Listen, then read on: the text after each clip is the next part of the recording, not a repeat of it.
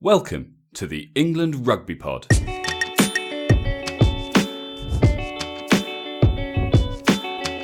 Thanks for downloading episode 55. Following on from England's demolition of Australia at the weekend, we take an early look at the squad we expect to see against Samoa. You're listening to the England Rugby Pod, the rugby podcast that believes England will win the World Cup in 2019. Hey guys, welcome to our regular Tuesday slot. Following England's 30-6 demolition of Australia last Saturday, we promised we'd come back to you on Tuesday. We're here. We'll keep it short and sweet, of course. I know that Dan, who's with me now, has a few things that he'd like to talk about, having watched the highlights back again, and he's picked up on a few points he wants to discuss. So Dan, probably over to you, mate. Hi Andy, how things? You okay? Yeah, I'm good. What a result last Saturday was. I know we've already said it, but still pretty excited about it all, and loved watching Checker losing his shit in his post-match interview. It was. Do you know what the interesting part about it was with Checker? Is he actually said, "We're trying to build a no excuse culture." I'm like, what the fuck? You've done about as good a job as that as Trump has done as appeasing or resolving the North Korea incident. Like, it's just, you can't say shit that just isn't happening. But yeah, Michael Checker's pissing me off a bit. I mean, we went over that a bit with the Aussie stuff anyway, but was the result a fair reflection? Probably not, but of how the game went as a whole, probably not. But it was the result, and it was a fair reflection of the last 10 minutes, really, wasn't it? It was, and actually something. It was quite interesting because, like, I've watched the highlights. I've watched them a couple of times actually, just because I love beating the Aussies. But one of the things I realised, and it's something sort of, I think you mentioned, I actually think the ref had a good game. Okay, I didn't mention because I think I actually don't think the ref had a great game, but I don't. Yeah, I remember you saying. But I think it was a poor game on both sides. I don't think he was wildly biased towards England, particularly that first half. I think he made a lot of bad calls. So I would say he was definitely consistent. And do you know what? Look, refs are going to miss stuff, especially in the live game. He's a young lad, I believe he's 28. But overall, I must admit, watching it back, I think he had a good game. He had to deal with, and I know one of the things you said, he almost looked apologetic sometimes. I think it was almost sort of an empathetic way, empathetic. Well, either way of dealing with just like people moaning in his face. I think the calls on the whole were right. Yeah. Did they favour England slightly? Yeah, but that's because they were the right calls. I was going to say, people need to remember that the TMO wasn't English any more than he was Australian, and the TMO had a far better view of it than any of us did. And you know, we don't always agree. But look at South Africa, 2007 was it? That try in the corner. With Tate. Yeah, that they looked at over. Kuwaito, you're right. Yeah. They looked at it over and over and over again. We all said, yeah, that's not foot and touch try. They all said that's foot and touch, no try, and it wasn't given. And we look back on it now and we kind of just accept it because when you look at it enough times, you can see it. Was it the wrong call or the right call? I think it's the right call. At the end of the day, you have to put your trust in the TMO and accept it. And it's easy to say when we're England supporters. I'm sure we feel very differently if it went the other way, but it is what it is. And for Michael Checker to kind of imply that it was quite clear to everyone to see that it was in touch and it wasn't a try. It's just horseshit, really. It's like, well, actually, it wasn't clear for anybody. That's why we're all debating it. But the TMO has the best view and the best technology to help him see it. He decided that it didn't go in touch. You kind of just got to accept that and you move on. Yeah, and both the Aussie tries, which were disallowed for the right reasons because they weren't tries. Yeah, but it was we can get past that, I think, and like you say, that went our way, sort of as England supporters this time. Another time it may not, but I hope, I don't know if we will, but I hope we'd be big enough to stand up at the time and say, do you know what, as annoying as it is, that is probably a fair call. Yeah.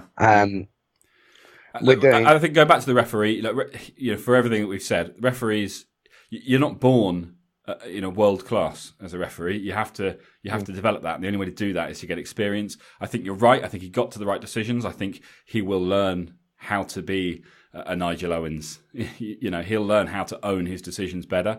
And when he does, I'm sure he'll be a great referee that we'll be talking about in years to come.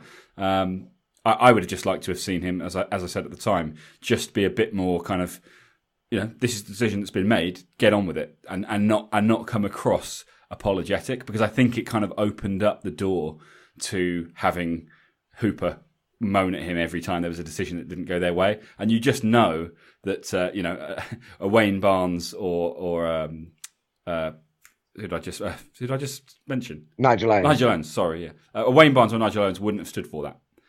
They'd have given him some brilliant telling off and something we'd all be listening to over and over again, thinking was hilarious, and the game would have been got on with. So, yeah, decisions, fine in my opinion, obviously, but I think correct as well. The ref just needs to learn from that and go, do you know what, I need to just own these decisions a bit more and tell them to get on with it. I'm the referee, and I have respect simply for that fact. I don't need to apologise. Yeah, I agree. So there were a few other things, and sorry, I'm going to jump about a bit here because there were a few points I wanted to bring up from the game, and like we said, let's not sort of overexhaust stuff we've covered. But one of the things we mentioned was about JJ, and sort of yes, a great finish for a try. How much impact did he have rest of the game? Well, I actually did what you're inclined to do, and I went and had a look at sort of player stats throughout the match. And also rewatching the match, JJ defensively was brilliant. Like his tackle count was by far the highest in the backs. It was higher than most of the forwards. And defensively, he had a brilliant game. Attackingly, could he have done more? Yeah, but so could they all have. Yeah. I guess we have a habit, don't we, of unless you see flair. Yeah, you tend not to see things. It's why people like. And it's obviously a very different. It's not like for like comparison, but people like Chris Robshaw often slip under the radar for the work they've put in, because it's not always glamorous, and so we don't necessarily spot it as fans watching on the TV. Well, it's interesting you mentioned Chris Robshaw actually, because he was my next. Because when I looked at his stats, they weren't brilliant. Shall I just stop talking? Might make things go a bit smoother. Do you know what I mean? Okay. But no, you're right, because also we got to bear in mind stats only tell you one thing. Like stats don't not only tell you one thing, but stats don't tell the whole story. No. They like it's all very well saying sort of tackles made, but they don't tell you necessarily how many rucks were hit, and that side of things. But actually, I was looking at Chris Robshaw's impact, and I don't think he had a bad game, but there is a part of me thinking, I know this is a moot point now, but would a Don Armand have had more impact in that position as a six? Even would Sam Simmons have? We don't know, and I'm not saying right off Chris Robshaw yet, because I absolutely don't think we're at that stage. But what about a Courtney Lawes paired up with a Sam Underhill?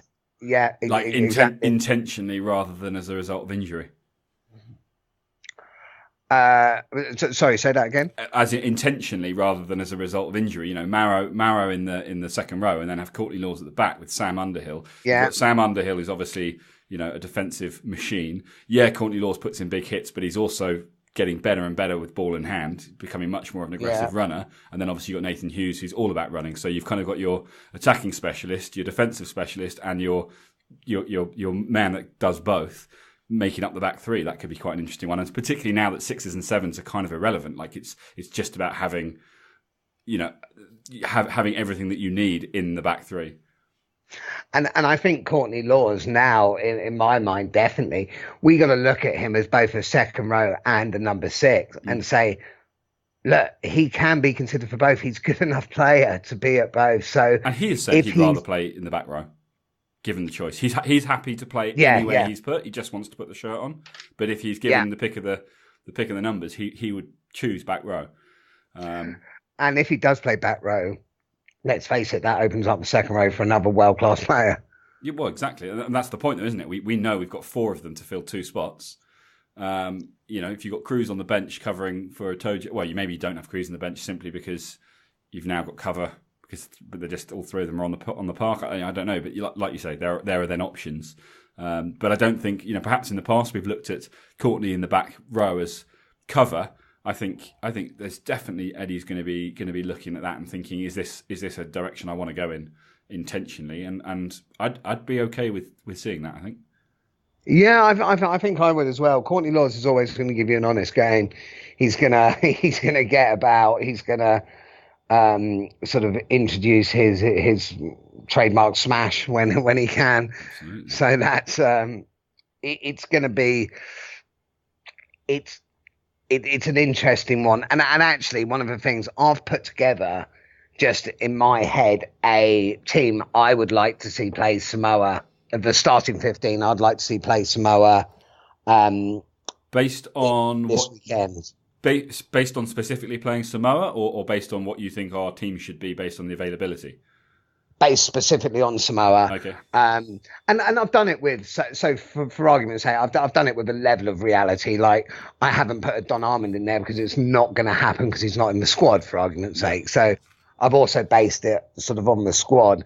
Okay. And it was just, you mentioned that, actually, in that team, I've got Lawes as starting at 6. Okay. Nice. Because I'd like to see that. I'd like to see that, see how that works. In actual fact, what I'll do actually now, while we're there, I'll go through. So I'll do the forwards first, and then you sort of comment on what you think. And this is based purely on the Samoa match. This isn't me saying this is what I think the England best 15 is. This is what I'd like to see play Samoa. So up front, I'd like to see Joe Marler, Jamie George, and Ellis Genge start. In the engine room or the row, I'd like to see a Tojo and Launchbury. Mm-hmm. The back row, I've got Underhill / Curry. That's depend. If Underhill's fit to play, I'd like to see him actually. Curry's injured. Have another go. Curry's injured. Who? Tom Curry? Yeah, that's why Sam Simmons was brought in. Yeah, Tom Curry, they discovered, remember we talked about it, they discovered he had a hand injury and he had to have surgery. He's out for about 12 weeks, I think. Oh, of course. Okay, so I'd like to see... So I hadn't thought that through. So hopefully Underhill will be fit to play. Yeah. In which case I'd like to see Underhill open side at 7, Lawes at 6, and Hughes again at 8. Okay. So from a forwards perspective, what are your thoughts? No, I think I probably agree with you. I think maybe if we're looking at the Samoa game as a bit of a test, a bit of a testing ground, then maybe Sam Simmons starts at 8. But equally, I imagine he will be on the bench. If this was to be the team, I'm sure Sam Simmons would be the 8 cover on the bench, and I'm sure he would come on. I just thought he looked all right on Saturday, but he didn't have a lot of time to do what he does, and so it'd be nice to see him given a bit more opportunity. I agree with you about seeing Jamie George starting at hooker. I'm not sure it's going to happen. I think Eddie Jones will want to keep Dylan Hartley there because apart from anything else, he's the captain. I think there's something about saying always start your captain. But I know what you mean. I think, I would say if he doesn't do that, it'd be nice to see Jamie George brought on a little bit earlier, maybe even like a half-time change. Why does it have to be after the half-time? After the second half's already underway, why can't it just be right? Half-time, second half, Jamie George comes out.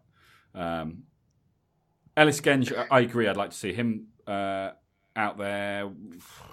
I don't really know. I guess I don't really understand why he wasn't included, at least on the bench this time around. So, Harry Williams seems to be ahead of him in pecking order. Well, Harry Williams. They're different sides, aren't they? If you think back to the first game against Argentina, you had Williams, Genge, and Jamie George on the bench. I've messed up the front row thing again, haven't I? I think Marler and Genge might be the same side. And then, are they not? Is Genge not interchangeable? Am I mentioning it? Probably. He looks like he could sit in the centre. I thought he could play both. Maybe he can. Maybe he can. I know that, because obviously normally it's Mako and Dan Cole. Yeah. To start, yeah? And then Harry Williams. So last weekend it was Harry Williams and Joe Marler. Marler comes on for Mako, which means that Williams comes on for Cole. The week before, Marler wasn't there, so Genge comes on for Mako. Therefore, Genge and Marler, I think, are the same side.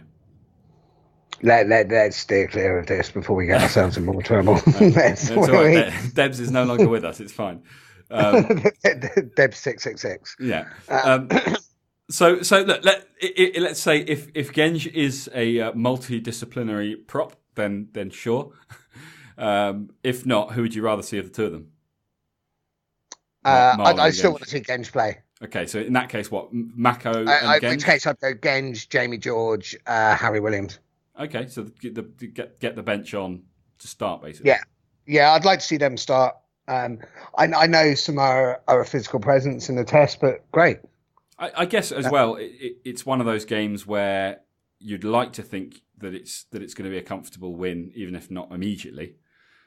And there's an argument to say that if things are not looking like they're going the way you'd like, then to bring on experience is not the worst move, as opposed to having the experience to start and bringing on your finishers to put the game to bed.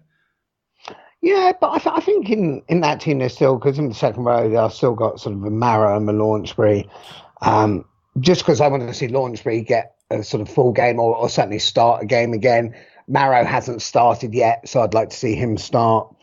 The reason I went Hughes ahead of Simmons is because of a physical aspect. Mm-hmm. But then maybe you're right. Maybe it is a good time to test Simmons. I think either way, I think it's probably a safe bet that the two of them are involved. One starting, one on the bench. You're probably right. It's probably going to be Hughes to start, but we don't know. We're not in Eddie's head yet, so we will see how that pans out. But so talk to me about your back line. My back line. Okay, so I have gone Danny Kerr. Yeah, good. And then midfield, I've gone Ford, Farrell, and Slade.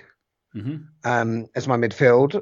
On the wings, I've gone Johnny May and Rocco. Okay. And fullback, Watson. Yeah, I'm okay with that. I mean, yeah, I've never been the biggest fan of Rocco Daguni. I don't dislike the guy, obviously. I'd probably stick with Daly. Just to try the problem with Daly is doesn't he need to go on a crash diet? So he does need to go on a crash diet, but he's not fat, man. Exercise. Remember, the key is burn more calories than you consume. So he needs to be out in a bit so you can burn those calories. I bet none of the sort of England fitness guys had ever thought of that. I know, mate, exactly. I'm sorry. I rewatched the highlights. Elliot Daly is not fat in any shape or form. Maybe it's just the angle. I don't know what he's done to annoy you, but you're wrong here. Go back and watch the point at which he, when he kicked the ball through when it was flirting with the line. And then he chases after it. Watch that bit where just after it's come off his boot and he's chasing onto the ball.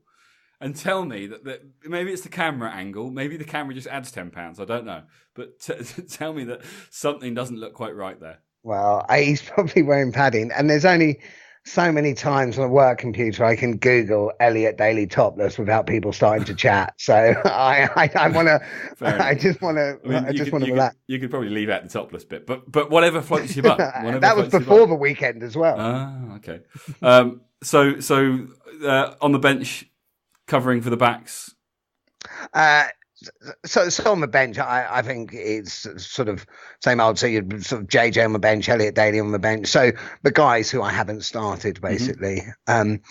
I want to see, and the reason I put Rocco to start, I want to see how he's doing at the start, not just his sort of finishing ability. I don't think we need to test that. Like, let's see sort of defensively the rest of the game. Yeah, no, I know exactly what you mean. I guess my worry would be that if the game goes as we might expect it to, and that perhaps after a fairly physical, opening 20 minutes or so, England take control and it turns into a comfortable win, there is a danger that we end up seeing, Rocker Daguni running in 3 or 4 tries and everyone going, wow, this guy is the next big thing.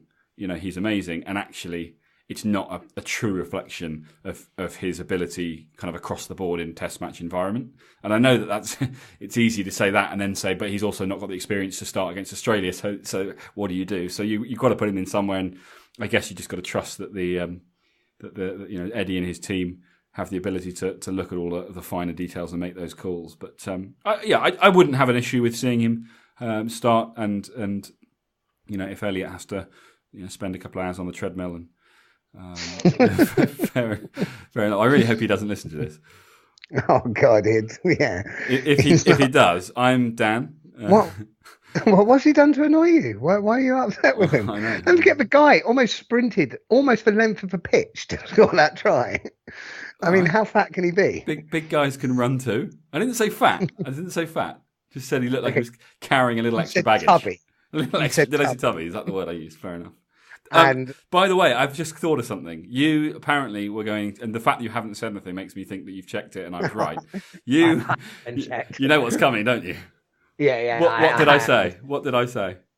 So I genuinely haven't checked. From memory, though, I think you said 47-16. Okay, so that's what? So you're saying a 31-point difference. No, yes, 31-point difference. Yeah, and it was a 24-point difference. Yeah, so it wasn't a million miles off, given how. And I think I said it would be 31-7. Did you? No, I don't think you did. Okay. Well, anyway, now that we've proven that we're clearly very accurate when it comes to predictions, we will have a long, hard think about what our predictions will be for the weekend. But we'll bring those, of course, on Thursday after the squad has been announced, and we can come back and have a look at what they've decided to do, compare it to what Dan wants them to do. Obviously, it will be a very interesting sign of whether Eddie Jones is listening to us and reacting to everything we say, because if you get it right, then there's no question this is why. I don't think I will. But yeah, I think unless there's anything else. There's just 2 very quick points. Firstly, England Rugby League are playing in the semi-finals versus Tonga this Saturday, so that might be worth a watch definitely for the Rugby League World Cup. Yeah. And the other thing, actually, I know we're the England Rugby pod, but did you watch the New Zealand-Scotland game at all? I saw bits of it, and it was pretty special. Yeah, and this actually isn't about the game. This is, great game, worth a watch, and well done, Scotland. I thought you were brilliant. This was about, so Doddy Weir came on to sort of hand the match ball. I'm not sure if you saw that at the start. No, I missed that. Doddy Weir came on. It was a sort of very uplifting yet emotional moment. Obviously, his fight with motor neuron disease. I really want to encourage people. I actually did it this morning. So the easiest way to do it is to Google Doddy Weir Trust. Guys, it's a great charity. If you're able to donate anything, it's a great charity to donate to. The way the man's conducting himself, it's an absolute inspiration. And it sort of transcends sort of, it transcends sort of allegiance to your country, to your club. Yeah, this is sort of about rugby as a whole. So I really wanted to. It genuinely moved me, sort of seeing him do that. So I urge you, obviously, absolutely no affiliation from us, from myself personally, to this trust, but if that's something you want to be interested in, please Google Doddy Weir Trust, look it up, and if it's something you believe in, please do donate, because I think it's a brilliant cause. Oh, I think that's probably very well said, and a good place to thank everyone for listening again. As we say, back on Thursday to talk about the team announcement, and then of course we'll be bringing you another one of our triple threat episodes on Saturday, where you get a little bit before the game, a half-time analysis, and then the full-time report. And hopefully we will be celebrating yet another Eddie Jones England win on route to 2019. It's going to be very exciting. Guys, thanks for listening, as always. Please keep the ratings and the reviews coming. Really appreciate those. Go to iTunes. It's all available there. You can subscribe if you haven't already. That way you'll never miss an episode. It's always a good shout, especially if you've got the podcast app or a podcast app on your phone. Get in touch with us. We want to hear from you. On Twitter, we're at England Rugby Pod. We're also on Facebook. You can email us, englandrugbypod@gmail.com, and check out the website, www.englandrugbypod.com. Cheers, guys. Thanks so much.